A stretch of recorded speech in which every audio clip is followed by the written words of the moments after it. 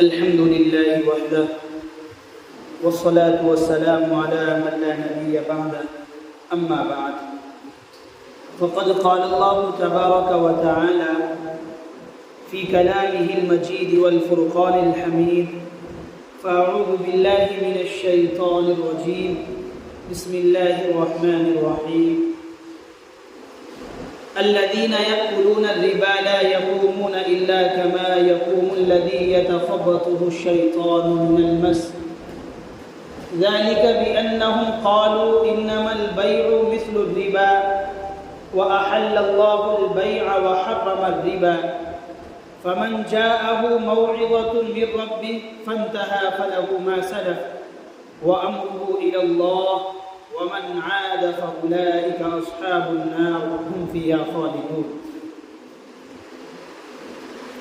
صدق الله العظيم وصدق رسوله النبي الكريم ونحن على ذلك لمن الشاهدين والشاكرين والحمد لله رب العالمين. بزرگان محترم اور برادران عزیز،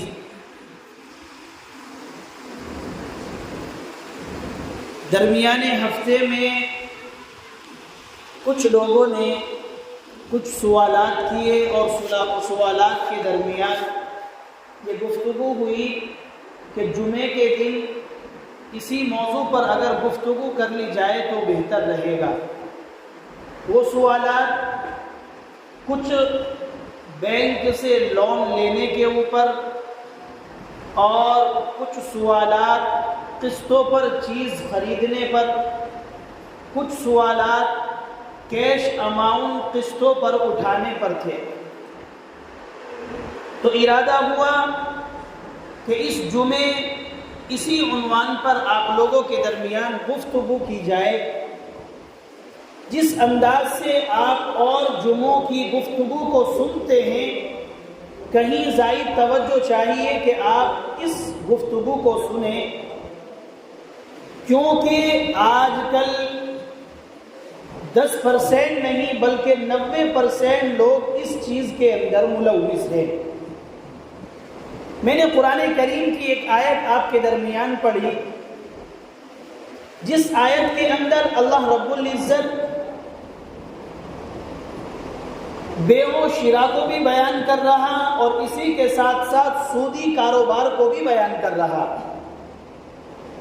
سودی کاروبار والے کی مثال اللہ رب العزت قرآن کریم میں دیتا ہے کہ جو بندہ سودی کاروبار کرتا ہے، قرآن کریم میں آتا ہے کہ وہ اپنی قبر سے نہیں اٹھ پائے گا، اور قبر سے اٹھے گا تو اس انداز سے جیسا کہ اس کے اوپر جن بھوت سوار ہیں، یعنی آدمی کو اپنا ہوش نہیں، مدہوش قسم کی اس کی حالت ہے. قرآن کریم کہہ رہا الذین یأکلون الربا، وہ لوگ جو ربا کو کھاتے ہیں، لا یقوم الذی یتخبطہ الشیطان من الذین یأکلون الربا لا یقومون الا کما یقوم الذی، کہ وہ لوگ کھڑے نہیں ہو پائیں گے اور کھڑے ہوں گے بھی تو اس انداز سے یتخبطہ الشیطان کہ جیسا کہ ان کے اوپر جنات سوار ہیں. آگے اللہ رب العزت کہتا ہے یأکلون الربا الذین یأکلون الربا لا یقوم الذی یتخبطہ الشیطان من المس ذلک بأنہم قالوا انما البیع مثل الربا. یہ وجہ جو ہے، یہ جو ان سے نہیں کھڑا ہویا جا رہا اور آج مدہوشی والی ان کی کیفیت ہے، وہ اس وجہ سے ہے کہ انہوں نے اللہ کے حلال کو حرام سمجھا اور اللہ کے حرام کو حلال سمجھا. یعنی انہوں نے کہا جیسے بیع اور شراء کی جاتی ہے، کوئی چیز خریدی جاتی ہے، بیچی جاتی ہے، وہ درست ہے، اسی طریقے سے سودی کاروبار بھی درست ہے. یہ ان لوگوں کی ایک اپنی سوچ تھی. یہ آیت اللہ رب العزت نے نازل کی فتح مکہ کے موقع پر، اور اس آیت کو اس زمانے میں نازل کیا جب کفار سودی کاروبار کو کیا کرتے تھے. یہ بات یاد رکھی جائے کہ نبی علیہ السلام نے قسطوں کا کاروبار تو کیا لیکن سودی کاروبار کبھی نہیں کیا. صحابہ کرام نے کبھی سودی کاروبار نہیں کیا. ہاں، نبی علیہ السلام کی آمد پر کفار اس کام کو بکثرت کیا کرتے تھے. اسی وجہ سے اللہ رب العزت نے قرآن کریم میں یا ایھا الذین آمنوا کا لفظ کہا، یا ایھا الذین کفروا نہیں. سوال یہ پیدا ہوتا ہے کہ جب ایمان والے اس کام کو کر ہی نہیں رہے تو آمنو کیوں کہا، کفرو کہنا چاہیے. لیکن میرے دوستو یہاں آمنو کہنے کا مطلب یہ ہے کہ اے ایمان والو تم کفار کی طرح سودی کاروبار میں مت پڑ جانا. کفار سودی کاروبار کرتے ہیں لیکن آپ لوگ سودی کاروبار نہ کرنا.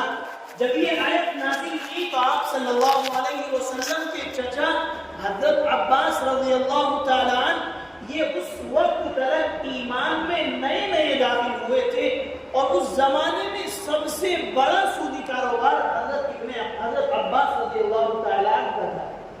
لیکن جب یہ آیت نازل ہوئی، حضرت عباس رضی اللہ تعالیٰ عنہ آپ صلی اللہ علیہ وسلم کے چچا ہیں، یہ آپ کی مجلس میں موجود ہیں.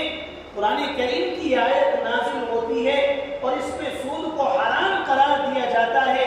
کچھ لوگ نبی علیہ السلام سے کہتے ہیں یا نبی اللہ آپ اس آیت کے ذریعے سود کو حرام کر رہے ہیں، لیکن آپ کے چچا حضرت عباس تو سب سے بڑا سودی کاروبار کرتے ہیں.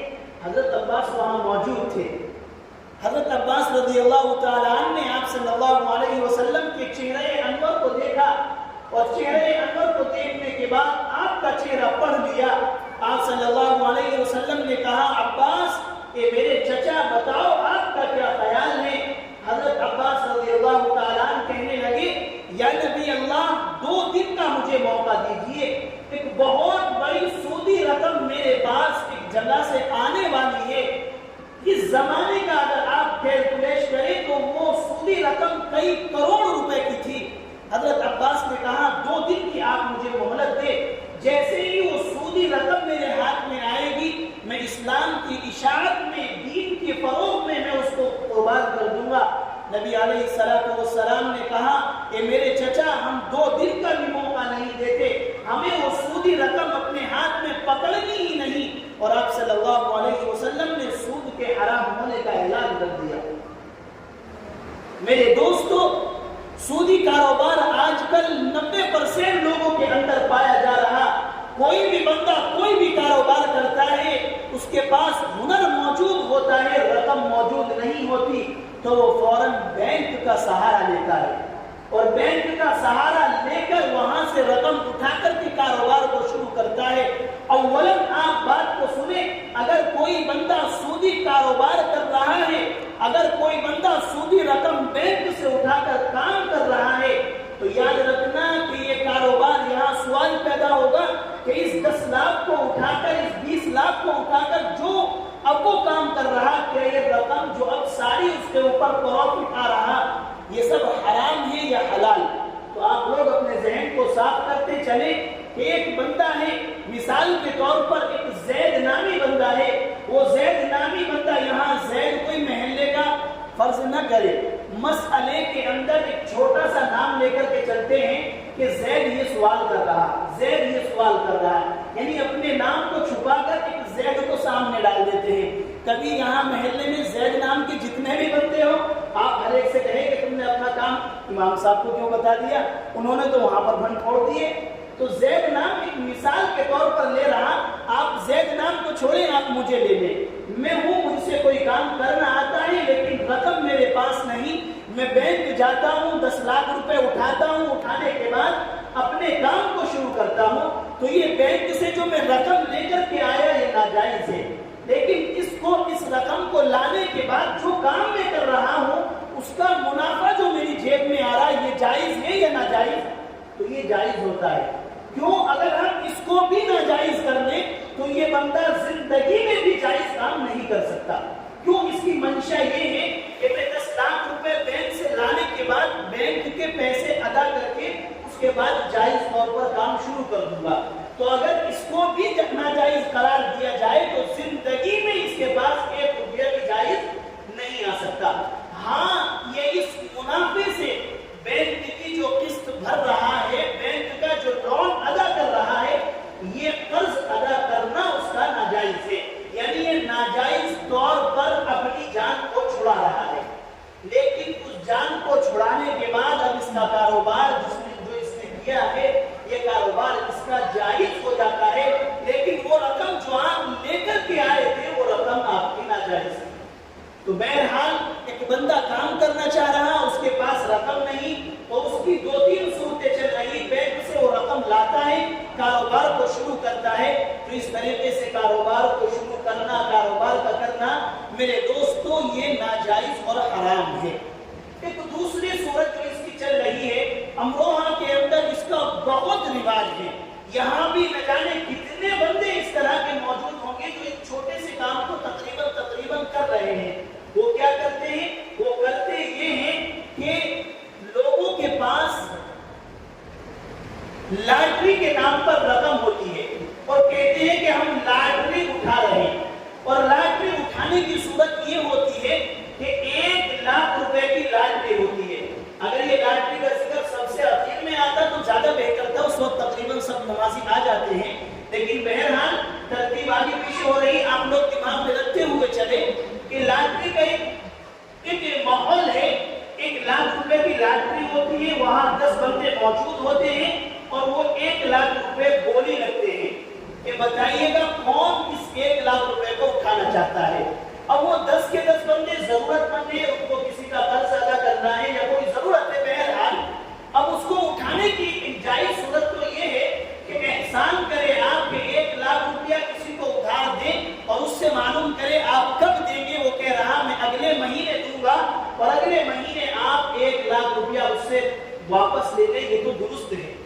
یعنی آپ نے مجھ سے سوال کیا، کچھ کر نہ لے کبھی سب میرے پاس آئے، آپ نے مجھ سے 1 لاکھ روپے کا سوال کیا، میرے پاس تھے، میں نے وہ اٹھا کر آپ کو دیے، آپ سے کہا آپ کب دیں گے، تو آپ نے کہا یہ 1 لاکھ روپے اگلے مہینے میں دے دوں گا، بالکل درست صورت ہے۔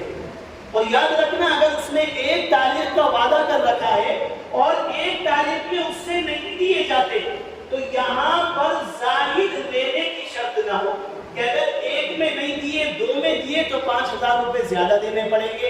حدیث میں آتا ہے کہ آپ یہاں اگر سامنے والے بندے پر احسان کریں کہ 1 لاکھ روپیہ آپ نے دیا اور اس نے 1 دن تاخیر سے دیا تو اس دن آپ نے اس کو مہلت دی، تو حدیث میں آتا ہے کہ آپ کو یہ مہلت کا دینا صدقے کا اجر ملے گا۔ یعنی یہ ایسے ہو جائے گا جیسے آپ نے 1 لاکھ روپیہ صدقہ کیا ہو، آپ کو صدقے کا ثواب ملے گا، پینلٹی اس کے اوپر نہ ڈالی جائے۔ لیکن ناجائز صورت جو چل رہی ہے آپ لوگ بخوبی اس کو سمجھ جائیں گے، 1 لاکھ روپیہ موقع پر رکھا ہوا ہوتا ہے، 10 بندے لینے والے ہیں، اور وہاں بولی لگ رہی ہے کہ کون اس کو اٹھانا چاہتا ہے۔ تو پہلا بندہ بولتا ہے، جیسے کہ منڈی کے اندر بولی لگتی ہے نا، اب آم کا زمانہ آنے والا جو مجھا کر کہتے ہیں کہ 400 کی 400 کی 400 کی، اس کے بعد میں پھر وہ کہتا ہے 400 والا آگے بڑھتا ہے تو کہتا ہے 420 420 420، اب 420 والا آتا ہے تو وہ آرتی وہی کھڑا کھڑا 450 450، یعنی وہ رک نہیں رہا جب تک قیمت بڑھتی چلی جا رہی ہے۔ جب قیمت پہنچ گئی کہ 750، اب اس کے آگے کوئی بولنے کو تیار نہیں، تو 750 پر کوئی بن جاتا ہے۔ تو اس طریقے سے اب اس رقم کی قیمت لگتی ہے نیچے کو، وہ کیسے؟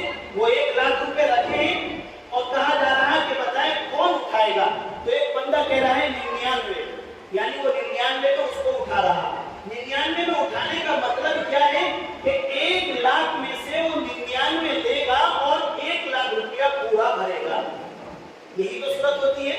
اگر میرے سمجھنے میں کچھ فرق ہو رہا ہو، میں نے جو عام لوگوں کے درمیان رہ کر لوگوں سے صورتیں معلوم کی کہ کن کن صورتوں میں یہ قسطیں چل رہی تو مجھے یہی علم ہوا، لیکن آپ سمجھتے چلے اس انداز کی کوئی بھی صورت ہوگی وہ ناجائز ہوگی۔ دوسرا بندہ بیٹھا ہے، وہ اس سے زیادہ ضرورت مند ہے، وہ اپنے 2000 کا نقصان کر کے چل رہا، وہ کہہ رہا 98 میں، تیسرا کہہ رہا 97 میں، چوتھا کہہ رہا ہے 96 میں، پھر پانچواں کہہ رہا 95 میں، یہاں تک کہ وہ رقم آ کر کے اتنا بھی سنا گیا ہے کہ 1 لاکھ والی رقم کو 70,000 میں بھی اٹھا لیا جاتا ہے۔ اسی طریقے سے کسی بندے نے 5 لاکھ روپے رکھے تو میں نے یہ سنا کہ 5 لاکھ روپے کو 3.5 لاکھ میں بھی اٹھایا جاتا ہے، یعنی 5.5 کو چھوڑے گا وہ زیادہ لمبی پہنچ جائے گی، کیونکہ آدمی اگر اتنا لمبا تو ہم اٹھائیں گے، ہم تو 10-5 ہزار روپے اٹھاتے ہیں، بات کم سے لے کر کے چلے۔ 1 لاکھ روپے کو آپ نے 70,000 میں اٹھایا، یعنی 1 لاکھ وہاں موجود ہے، آپ نے اس میں سے 70 لیے، بعد اب آپ اس کو قسط قسط کر کے 10-10 ہزار روپے جمع کر کے آپ اس کو جو ادا کر رہے ہیں وہ 70 نہیں بلکہ کتنے ادا کر رہے ہیں؟ 1 لاکھ روپے. تو یاد رکھیں یہ دینے والا بھی، لینے والا بھی، اور اس پر جو گواہ ہے وہ بھی، اور جو لکھنے والا ہے وہ بھی، یہ سب کے سب ناجائز کاروبار میں ملوث ہیں. اس طریقے سے کرنا ناجائز ہے. قرآن کریم کے اندر آتا ہے یہ اللہ اور اس کے رسول سے جنگ ہے. آپ خود سوچیں کہ جو بندہ سودی کاروبار کر رہا اور وہ اللہ اور اس کے رسول سے جنگ کر رہا، تو آپ بتائیں وہ تباہ ہوگا یا برباد ہوگا یا کامیاب ہوگا؟ کبھی بھی زندگی میں وہ کامیاب نہیں ہو سکتا. اب یہ سودی کاروبار کرنے والا سوچنے لگے کہ یہاں تو 1 لاکھ آتے ہی 30,000 روپے منافع کے مل گئے. دن بھر میں اس نے 10 لاکھ روپیہ بانٹ دیا. 10 لاکھ روپیہ بانٹنے کے بعد اب 3 لاکھ روپیہ اس کو ایک ہی دن میں منافع مل گیا. تو اس سے اچھا تو کوئی کاروبار کرنے والا نہیں کہ ایک ہی دن میں 3 لاکھ روپے. اب یہ کہنے لگے کہ امام صاحب کہہ رہے ناجائز ہے، تباہ ہو جائے گا، اور یہاں میں 3 لاکھ روپیہ کما رہا ہوں. یاد رکھنا حلال میں برکت ہوتی ہے، حرام میں نہیں. اس کی مثال لے رہے، آپ کے محلے میں جتنی کتیاں پھر رہی ہیں یہ 12 بچے دیتی ہیں، اور جتنی بکریاں ہیں یہ 1-2 مشکل سے 3 دیتی ہیں. تو کتیا تو پھر بھی 9 زیادہ دے رہی. لیکن آپ کہیں بھی گھوم جائیں، امروہہ کے اندر، ضلع امروہہ کے اندر، آپ یو پی کے اندر، پورے ہندوستان میں، یہاں تک کہ آپ پوری دنیا کے اندر گھوم جائیں، جس انداز سے آپ کو حلال جانوروں کے بازار ملتے ہیں کبھی کتوں کے جانور نہیں ملیں گے. کیوں؟ حرام ہے اس میں اللہ نے برکت نہیں رکھی، حلال کم ہے اس میں بھی اللہ نے برکت رکھی ہے. اسی طریقے سے عام فہم طور پر کہیں کتوں کا گوشت نہیں ملتا، دھوکے میں کوئی کھلا دے تو الگ بات ہے، اللہ اس کو بھی معاف کرے اور کھانے والے کی بھی حفاظت کرے. لیکن بکری کا، بھینس کا، ان تمام چیزوں کا کھلے عام گوشت بھی بکتا ہے. یعنی صبح سے لے کر شام تک نہیں، صبح میں ہی کتنے جانور ذبح ہو جاتے ہیں حلال کہ آپ اس کی تعداد نہیں لگا سکتے. جبکہ پورے امروہہ کے اندر شاید کوئی کتا صبح میں ذبح ہوتا ہو. تو حرام میں اللہ نے برکت رکھی ہے، حرام میں اللہ نے برکت نہیں رکھی ہے، حلال میں اللہ نے برکت رکھی ہے. تو اس لیے سودی کاروبار کرنے والے اور سودی کاروبار میں پیسہ لگانے والے، پیسہ اٹھانے والے، اس پر گواہی دینے والے، یہاں تک کہ اس پر منشی گیری کرنے والے، وہ کان کھول کر کے سنے کہ یہ سارے کام بالکل حرام اور ناجائز ہے. اپنے آپ کو اس سے بچایا جائے. ایک دوسری صورت، کئی سارے مسئلے سوچ کر آیا تھا، سوچا تھا 15-20 منٹ کے اندر غالباً ان تمام چیزوں کو ذکر کر دیا جائے گا. 1-2 چیزیں اور آپ سن لیں، ہو سکتا ہے آئندہ جمعے کوئی اور ٹاپک آ جائے. ایک چیز ہے کہ یہاں پر سوال یہ ہوتا ہے کہ ہم اگر کوئی چیز خرید رہے ہیں تو اس میں تو حلال، اور اگر پیسہ اٹھا رہے ہیں پیسے کے بدلے تو وہ حرام. تو یہ کیوں؟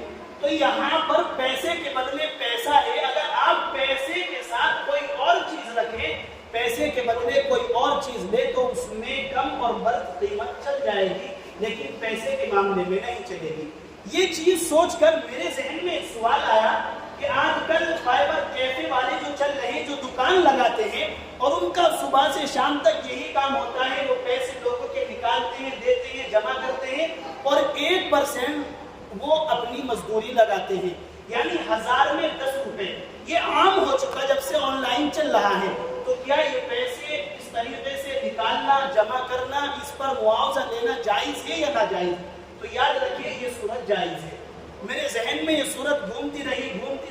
میں نے اس کو تلاش بھی کیا. تلاش کرنے کے بعد جب خود میں مطمئن نہیں ہوا، ابھی جمعے سے پہلے میں اپنے استاد محترم سے گفتگو کی، تب میں اس پر مطمئن ہوا، اور میں نے ان سے اس کی علت بھی پتہ کی کہ یہاں بھی پیسے کے بدلے پیسہ ہے کہ میں 1000 روپے اگر لینے جا رہا ہوں تو کیفے والا 1010 روپے میں مجھے 1000 روپے دے رہا، 1000 روپے میں 1000 نہیں دے رہا. اور اگر میں جمع کرنے جا رہا ہوں تو 1000 اگر جمع کر رہا ہوں تو یا تو الگ سے 10 روپے لے رہا ہوں، نہیں تو 990 روپے جمع ہو رہے ہیں. یعنی یہاں بھی پیسے کے بدلے پیسہ، کوئی اور چیز درمیان میں نہیں دکھ رہی. تو یہ چیز حلال کیوں ہے؟ تو یہاں پر ایک چیز درمیان میں ہے. وہ درمیان میں چیز ہے اس بندے کی مزدوری، اس بندے کی اجرت، اس بندے کی محنت. یعنی جو بندہ آپ کو پیسے دے رہا ہے، مثال کے طور پر میرے فون پر آپ نے پیسے ڈالے، میں اپنے ATM پہ جاتا ہوں اور ATM پہ جانے کے بعد پیسے نکال کر کے لاتا ہوں، تو یہ جانا اور آنا یہ ایک طرح کی میری اجرت ہوئی، ایک طرح کی میری مزدوری ہوئی، میری محنت ہوئی. تو یہ 1% جو روپیہ میرے پاس آیا یہ آنے اور جانے نکالنے یہ اس مشقت کا ہے. یہاں پر مشقت بیچ میں آ گئی، اس وجہ سے یہ کاروبار درست ہوتا ہے. اسی طریقے سے قسطوں پر موبائل لینا، قسطوں پر گاڑی لینا، قسطوں پر مکانات لینا، انشاءاللہ موقع رہا، وقت ملا تو آپ کے درمیان اس پر بھی گفتگو کی جائے گی. لیکن جو پہلی صورت میں نے بیان کی ہے، سود پر آپ بینک سے پیسہ لاتے ہیں اور لائے آپ 10 لاکھ روپے، بھر رہے ہیں آپ 12 لاکھ روپے، بالکل قطعاً ناجائز ہے. اسی طریقے سے بولی لگ رہی پیسے کی 1 لاکھ روپے ہیں، اس 1 لاکھ کو 95 میں، 90 میں، 80 میں، 70 میں، 50 میں آپ اٹھا رہے، یہ اس طریقے سے اٹھانا بھی ناجائز ہے. اگر آپ کسی سے ادھار لیں تو مکمل لیں، اور مکمل لینے کے بعد جتنا لیں اتنا ادا کریں. یہ احسان والی صورت ہے. اس میں بندے کو مہلت دینے کا اگر موقع ہو تو قرض دار کو مہلت بھی دینی چاہیے. دعا کرے جو کچھ کہا گیا اللہ رب العزت عمل کی توفیق عطا فرمائے، حرام سے ہمیں بچائے، حلال کام کرنے کی توفیق عطا فرمائے. آمین وآخر دعوانا الحمدللہ رب العالمین.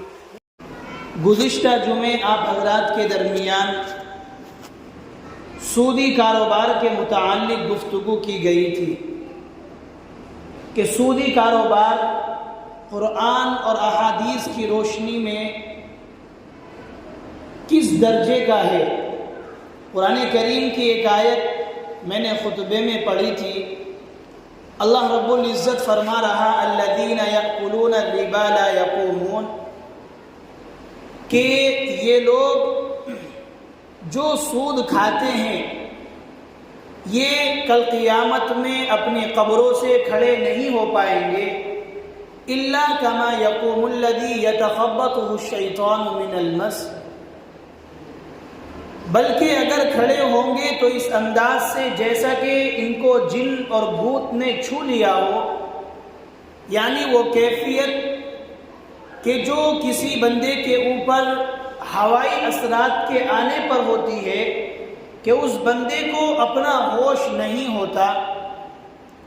اور یہ سب کچھ کیوں ہوگا؟ قرآن کریم کہہ رہا ذالک بانہم قالوا، یہ اس وجہ سے کہ یہ لوگ کہتے ہیں انما البیع مثل الربا، کہ بیع اور ربا یہ دونوں ایک چیز ہے. یعنی خرید و فروخت میں منافع کا ہونا اور سودی کاروبار میں منافع کا ہونا یہ ایک جیسا ہے. اللہ رب العزت فرما رہا احل اللہ البیع، بیع اور شراء کرنا، خرید و فروخت کرنا یہ تو حلال ہے. وحرم الربا، اور سودی کاروبار حرام ہے. دوسری حدیث میں حضرت جابر رضی اللہ تعالی عنہ فرماتے ہیں لعن رسول اللہ صلی اللہ علیہ وسلم آکل الربا، کہ نبی علیہ الصلوۃ والسلام نے سود کھانے والے پر لعنت فرمائی، وَمُوكِلَهُ، اور اس کو لکھنے والے پر، وَمُوكِلَهُ، اور کھلانے والے پر، وَكَاتِبَهُ، اور اس پر کتابت کرنے والے پر، وَشَاهِدَهُ، اور اس پر گواہی دینے والے پر. اور آگے فرمایا وَقَالَهُمْ سَوَاءٌ، اور یہ سب کے سب برابر ہیں. قرآن کریم کی آیت سے صاف معلوم ہو رہا کہ انسان اپنی زندگی میں پیسے کو کما سکتا ہے، لیکن بیع و شراء کر کے، خرید و فروخت کر کے، یعنی پیسے کو کسی دوسری چیز میں لگا کر اس سے انسان منافع کما سکتا ہے. لیکن اگر کوئی بندہ چاہے کہ میں پیسے سے پیسہ کماؤں تو یہ درست نہیں. پیسے سے پیسہ کمانا یعنی کسی بندے کو ادھار دینا، اور ادھار دینے کے بعد وصول کرنے پر اس سے مہنگا وصول کرنا. 1 لاکھ روپیہ دینا اور 1,20,000 روپیہ اس سے واپس لینا، اس کو شریعت بالکل منع کر رہی. قرآن کریم کی آیت سے صاف معلوم ہو رہا، نبی علیہ الصلوۃ والسلام کی حدیث سے صاف معلوم ہو رہا. حضرت جابر فرما رہے یہ دینے والا بھی، لینے والا بھی، لکھنے والا بھی، اور اس پر گواہ یہ بھی، یہ چاروں کے چاروں گناہ میں برابر ہیں. اسی حدیث سے ایک مسئلہ نکلتا ہے کہ آج کل جو بینک کے اندر ملازمت کی جاتی ہے، بینک کے اندر جو ملازم کام کرتا ہے، تو کیا یہ کام کرنا درست ہے؟ جبکہ بینک کے اندر لون اور یہ تمام چیزیں دی جاتی ہے، تو ایسی صورت میں مسئلہ نکالا جاتا ہے کہ وہ بندہ جو اس مقام پر موجود ہے، بیٹھا ہوا ہے، کہ جس جگہ پر یا تو وہ سودی رقم دے رہا ہے یا سود پر آنے والی رقم کو حفاظت سے رکھ رہا ہے، یا اسی طریقے سے اس پر کوئی لکھت کر رہا ہے، کوئی کتابت کر رہا ہے، یعنی اس میں اس کا کچھ بھی دخل ہے، تو اس بندے کی نوکری اور اس بندے کی جاب یہ درست نہیں ہے۔ ہاں، بینک کے اندر ایک بندہ ہوتا ہے کہ جس کو چپڑاسی کہا جاتا ہے، ایک گیٹ کیپر ہوتا ہے، وہ گیٹ پر موجود ہے، اس کا اس مال سے کوئی لینا دینا نہیں۔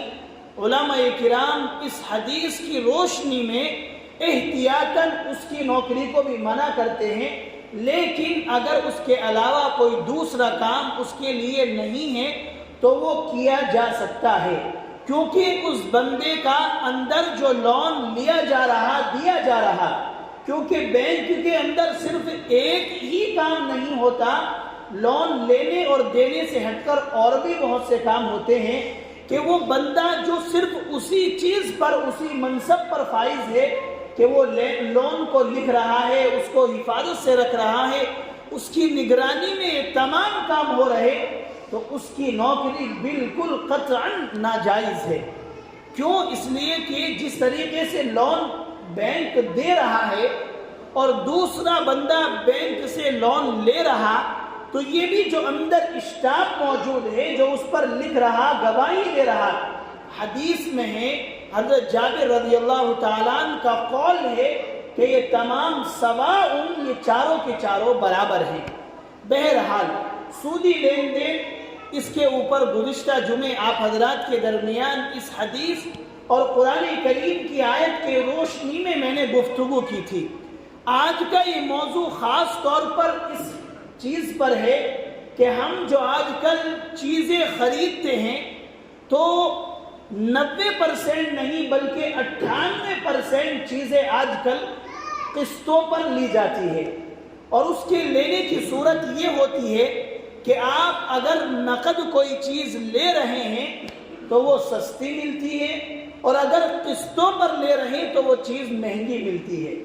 مثال کے طور پر کوئی بائک ہے، وہ 1,00,000 روپیہ اس کی قیمت ہے، آپ اگر شو روم میں جائیں اور 1,00,000 روپیہ اس گاڑی کو 1,00,000 روپیہ لے کر خریدنے جائیں تو آن روڈ آپ کو لانے تک 1,00,000 روپیہ خرچ ہو رہا اور وہ گاڑی آپ کے ہاتھ میں آ رہی۔ ایک دوسری صورت جو آج کل بہت زائد چل رہی ہے، وہ صورت یہ ہے کہ آپ کے پاس 1,00,000 روپے کی گاڑی خریدنے کی طاقت نہیں ہے، لیکن آپ کے پاس 20,000 روپے ہیں، تو آپ ان 20,000 میں بھی اس 1,00,000 والی گاڑی کو لا سکتے ہیں۔ لیکن اس کی صورت یہ ہوتی ہے کہ آپ وہیں پر اس چیز کو متعین کرتے ہیں، اور یہ چیز وہیں پر عہد کی جاتی ہے کہ آپ اگر اس کی 12 مہینے کی قسط بھرتے ہیں تو 1,10,000 روپے آپ کو ٹوٹل دینے پڑیں گے، اور اگر 20 کی بھرتے ہیں، یعنی آپ 20 مہینے کی اگر قسط بھرتے ہیں تو 1,15,000 دینے پڑیں گے، اور 24 مہینے آپ بھر رہے ہیں تو 1,00,000 آپ کو 20,000 روپیہ دینا پڑے گا۔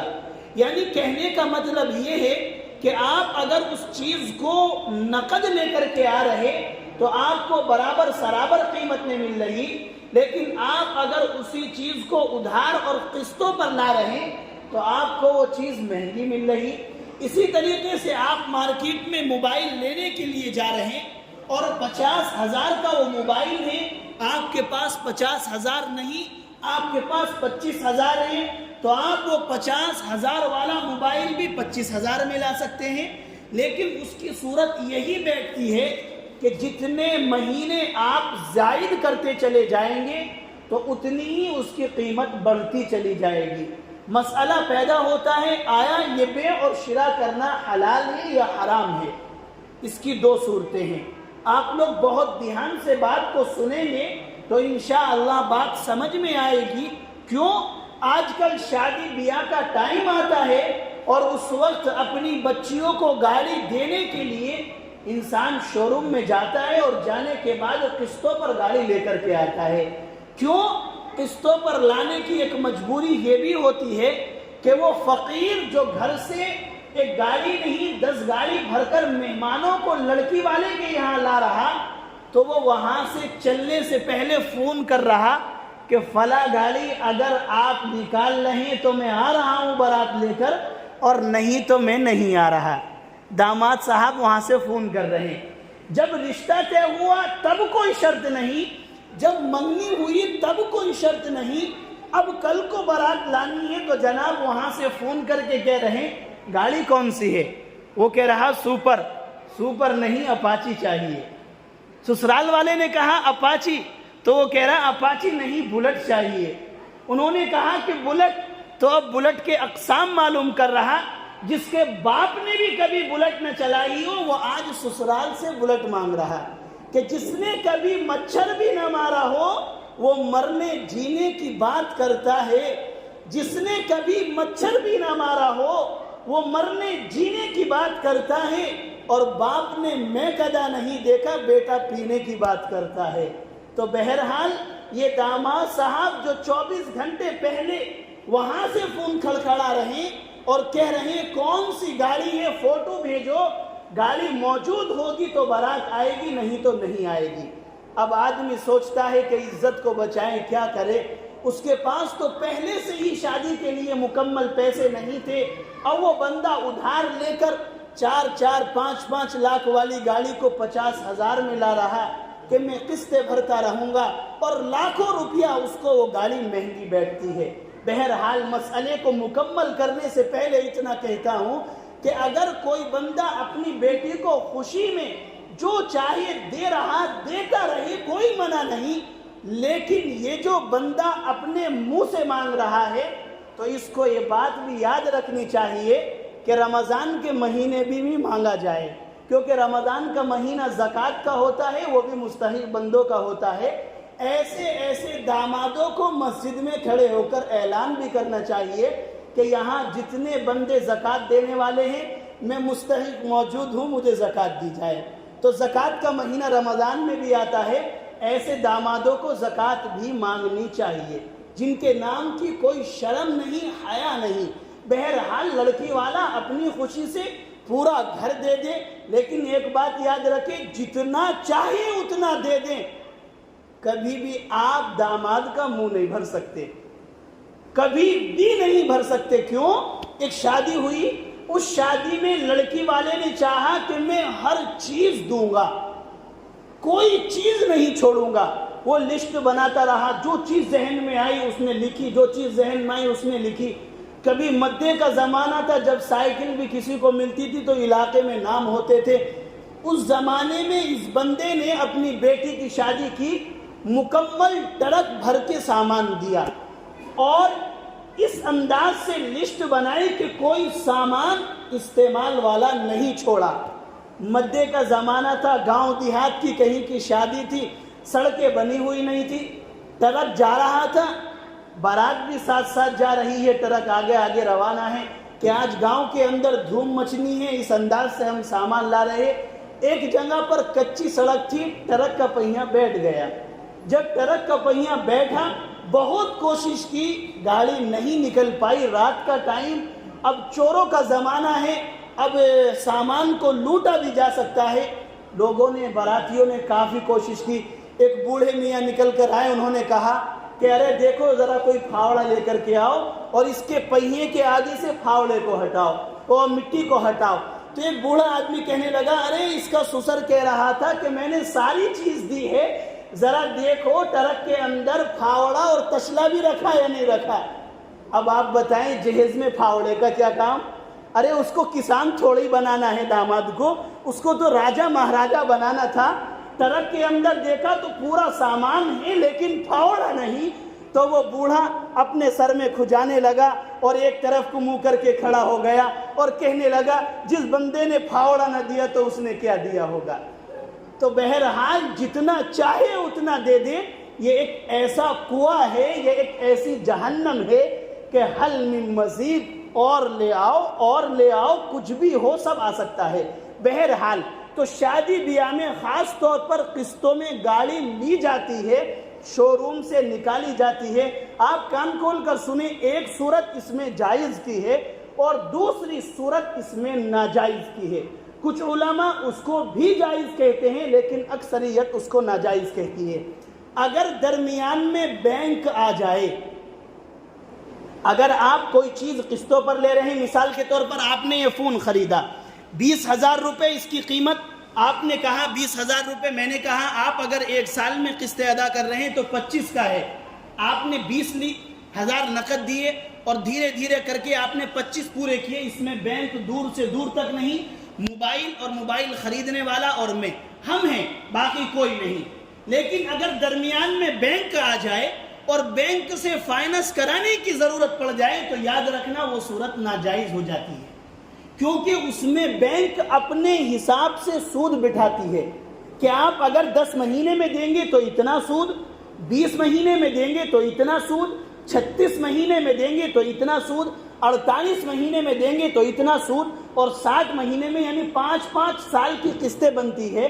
تو اگر درمیان میں بینک آ جائے تو علماء کرام اس صورت کو ناجائز کہتے ہیں، کیونکہ اب یہاں پر بینک آیا، بینک اس گاڑی کا مالک بھی نہیں تھا، مالک نے صرف آپ سے 50,000 روپے لیے، گاڑی 5 لاکھ روپے کی ہے، بینک نے اس کو 4.5 لاکھ روپے دیے۔ یعنی صورت جو ہوتی ہے وہ آپ دھیان سے سنیں، ایک گاڑی کی 5 لاکھ روپیہ قیمت ہے، آپ اگر نقد لے رہے ہیں اور اگر آپ قسطوں پر لے رہے ہیں تو اس کی قیمت 7 لاکھ روپیہ، یعنی 2 لاکھ روپیہ یہاں پر آپ کو قسطوں پر دیر سے دینے پر آپ کو 2 لاکھ روپے بھرنے پڑتے ہیں۔